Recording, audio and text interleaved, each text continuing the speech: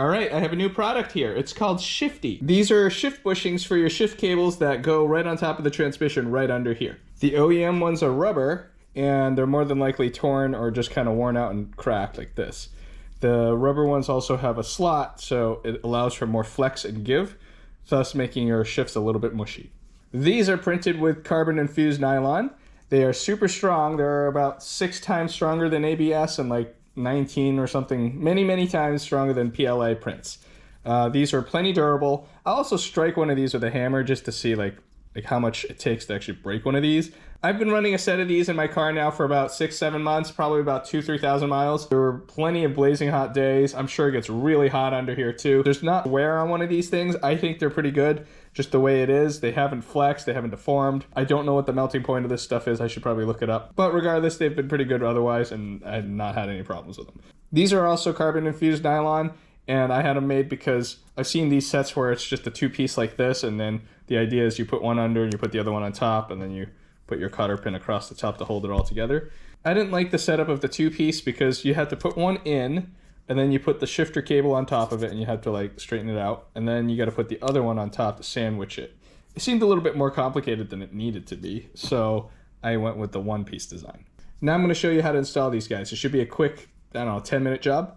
Because I've already changed this in the past, I don't have the original ones in the car. I have to reuse some old footage, and I've just trimmed it down to the parts that you need. If you look right there, that is where one of them will go. The other one is going to be a little bit trickier because it's a little bit to the left here, and it's going to be behind all this stuff. All right, there it is. It is right there. You can see the cotter pin kind of on the side. That comes out, and then this whole thing's supposed to come apart, and you can push the bushing out. Those are the 2 bushings I'm going to replace. As you can see here, there's a lot of play between the bushing and the joint there. I'm going to take this cotter pin out. It's a little hard with the camera in here, but it shouldn't be too bad. I got it. So you got to pull on that hook there. That's what's securing this. Slide it outwards. All right, there it is. Take the washer off. The linkage just slides right off. To remove this bushing, I'm going to use a screwdriver and try to push this out. Aha! There we go. Just like that, it popped out. It's really awkward to do this in here like this. Let's take a look at this. Alright, it's kind of soft. I don't know if I cracked it, but there's a crack in it. It's old, stiff, kind of loose. Oh, look, it broke now. Whoops. Guess I'm not using that anymore. You're actually not going to reuse any of this, so that's okay. Okay, so the second one actually wasn't that bad. So I got one of these little flathead screwdrivers. I reached my arm in here, and I was able to fling the cotter pin out. I don't know what happened to it. It's gone. I wasn't wearing safety goggles. I didn't get hit in the eye. I guess that's all that matters. The washer comes off. This slides off like the other one. Ta-da! I used my big handy screwdriver and stabbed the bushing out from underneath going this way. I used my hand to hold the linkage over here. You can see the bushing on the end of the screwdriver there. Take the new bushing with the flange on the bottom and the groove on top. Place it on the pin on top of the shifter assembly, like so. Take the shifter cable, put the hoop over the bushing.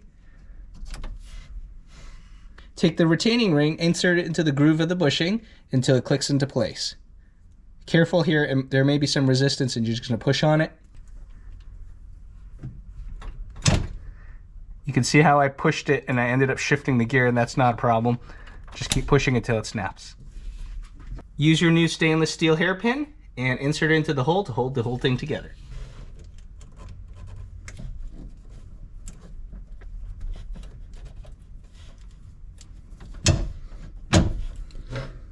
And now you are all set.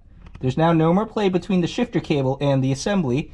Now any wiggle you see is actually just the assembly wiggling. Moving to the left here on the passenger side of the car. The other one's right there. It's not too hard to reach in there, it's just really hard to film. So like if you put your hand in here, I'm already touching all of this stuff. I have plenty of room to move around. It's not too bad.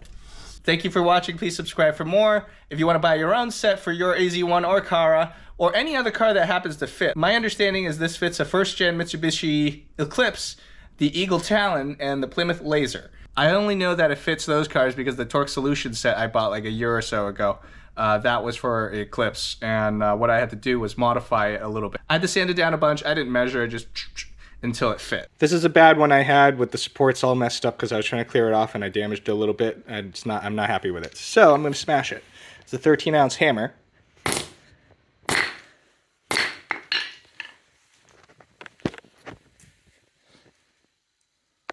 Looks okay. Maybe I should hit it harder. And it's gone. I found it, and hitting it like that chipped the edge of it. Looks pretty good. I'm going to hit it so it's on the side, like that, and also launch it across the room. Oh, okay. Didn't make it go flying. Let's do it again. Those are good hits.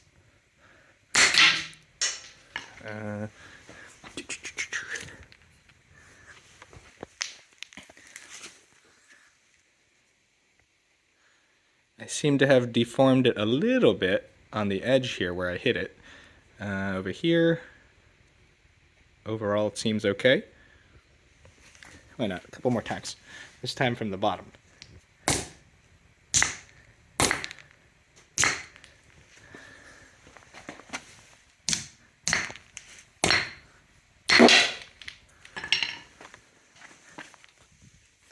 Okay. Now you can see that I've kind of squashed it a little bit. It's not perfectly round anymore. This was the initial crack from the hit that launched it across the room. There's some stress cracks from where the hammer strikes the entire surface. What else? That's where it cracked from me smashing it again. However, these are not the types of forces that will be exerted on this bushing, so it seems pretty good. It's more flexy than shattery. So this should be perfect for the application of the shifter bushing because it'll never just grenade on you.